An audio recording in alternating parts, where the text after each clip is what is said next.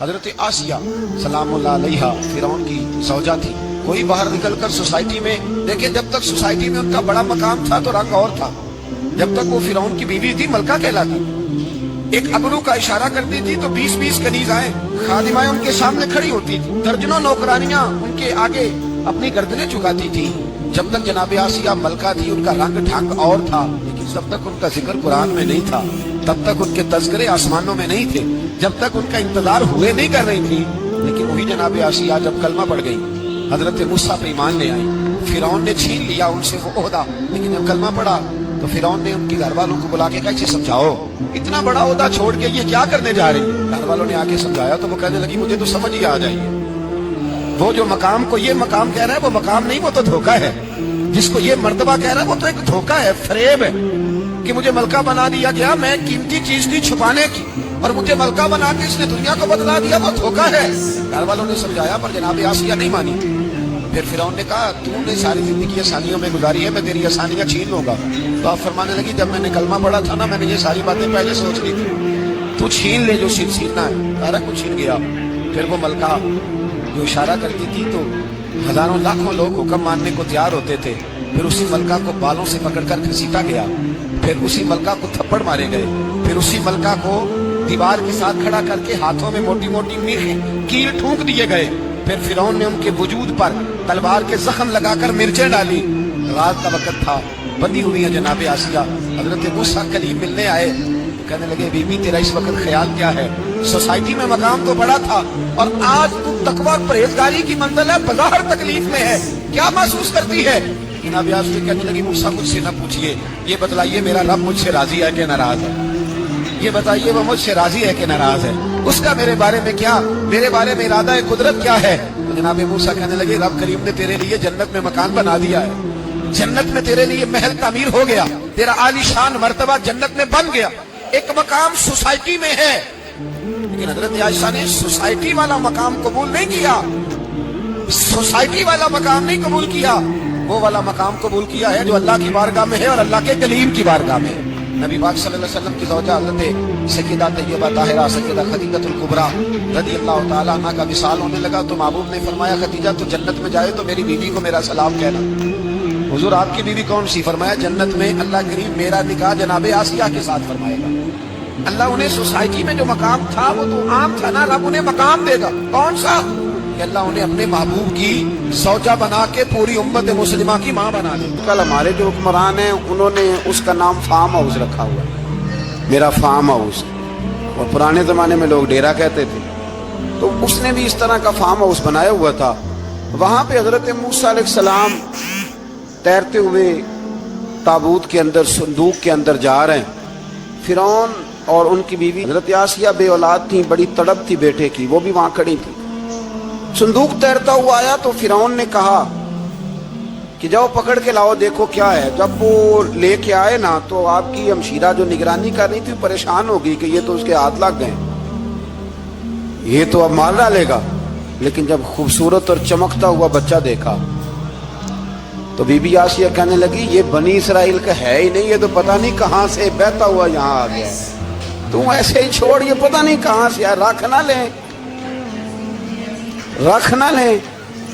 تو حضرت موسیٰ علیہ السلام وہ کہنے لگا نہیں انہی کے ہیں، موسیٰ علیہ السلام اسی کے ہیں. تو آسیہ کہنے لگی تیرے تو سر پہ نا بس بھوت ہی سوار ہو گیا، ہر وقت وہی لوگ تجھے یاد رہتے ہیں، یہ پتہ نہیں کہاں سے بہ کے آیا. اب رکھ لیا، مان گیا فرعون. آپ فرعون کے گھر میں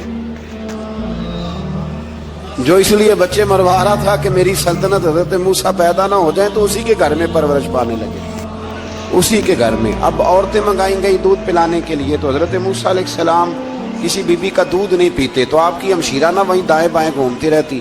تو کہنے لگی جناب آسیہ سے کہ میں ایک بیوی کو جانتی ہوں بڑی صاف ستھری ہے، مجھے امید ہے یہ بچہ اس کا دودھ پیے گا. تو فرعون کہنے لگا دوڑ کے لا. تو وہ اپنی والدہ کو لے کے آئیں تو حضرت موسیٰ نے فوراً دودھ پینا شروع کر دیا. فرعون کو پھر تھوڑا شک ہوا. ایک روایت یوں بھی لکھی ہے بعض لوگوں نے کہ فرعون ایک دن اٹھایا ہوا تھا حضرت موسیٰ کی ابھی تھوڑی سی عمر تھی، تو آپ نے اس کی داڑھی پکڑ کے تو ایک گھونسا دے مارا. جلالی تو شروع سے ہے نا.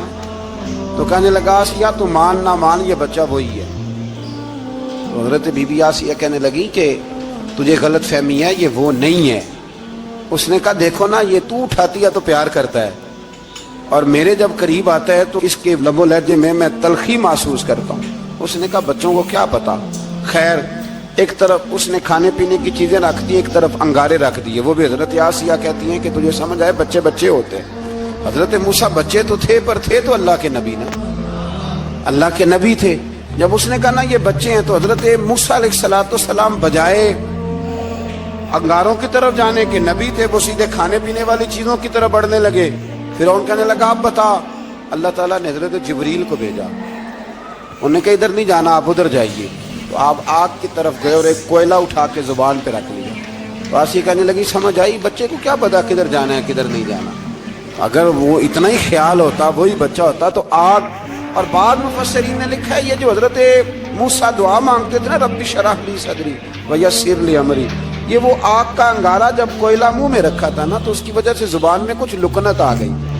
تو آپ دعا کرتے تھے کہ یا اللہ میری زبان کی وہ بند گرا کھول دے، تاکہ میں کھل کے فرعون کے سامنے بات کر سکوں۔ وہیں حضرت موسیٰ پلنے لگے، وہیں پلے، وہیں جوان ہوئے، وہیں اللہ نے ساری دولتیں دی، بہن بھی ملی، ماں بھی ملی، اور سارے عزیزوں کا پیار بھی ملا۔ اسی گھر کے اندر اللہ نے پرورش کر کے فرعون کے ظلم سے بنی اسرائیل کو نجات عطا فرمائی۔ کہ موسیٰ بھی فرعون کے گھر میں پلنے لگے، اور جب جوان ہو گئے تو فرعون کے ہاں جو ظلم ہوتا تھا حضرت موسیٰ اس پر بول پڑتے تھے، جلال فرماتے۔ تو فرعون پھر ناراض رہنے لگا، یہاں تک کہ اس نے آپ کو نکال دیا، آپ تشریف لے گئے وہاں سے۔ تو حضرت موسیٰ ایک دن شام کے وقت دوبارہ آئے بستی میں، لوگ سوئے ہوئے تھے۔ تو دو آدمی، ایک بنی اسرائیل میں سے اور ایک فرعون کی اپنی قوم میں سے، وہ دونوں آپس میں جھگڑ رہے تھے۔ لیکن وہ جو حضرت موسیٰ کی بنی اسرائیل کی قوم کا شخص تھا، اس پر وہ قبطی، وہ جو فرعون کے قریبی لوگوں میں سے تھا، وہ ظلم کر رہا تھا اور بوجھ اٹھانے کی بات کر رہا تھا۔ اب اس نے حضرت موسیٰ کو پکارا کہ یہ دیکھے میرے ساتھ کس طرح کی بات کر رہا ہے۔ تو حضرت موسیٰ کا ارادہ بھی نہیں تھا، آپ نے بس اس کو سمجھایا، پر کچھ لوگوں کو سمجھ۔ تو حضرت موسیٰ نے پھر ایک مکہ مارا، ایک گھونسا مارا، صرف ایک ہی۔ یہ کئی تگڑے اور دلیر اس طرح کے بھی ہوتے ہیں کہ گھونسا ایک بھی برداشت نہیں کرتے۔ وہ ایک مارا، آدمی دھڑام سے زمین پہ گرا اور ماری گیا۔ حضرت موسیٰ کا ارادہ نہیں تھا کہ وہ مر گیا۔ حضرت موسیٰ علیہ السلام نے اس بات پر اپنے رب سے استغفار بھی فرمائی۔ قرآن کہتا ہے کہ انہوں نے معافی چاہی کہ اللہ میرا ارادہ نہیں تھا۔ بہرحال اگلے دن نا حضرت موسیٰ دوبارہ آئے۔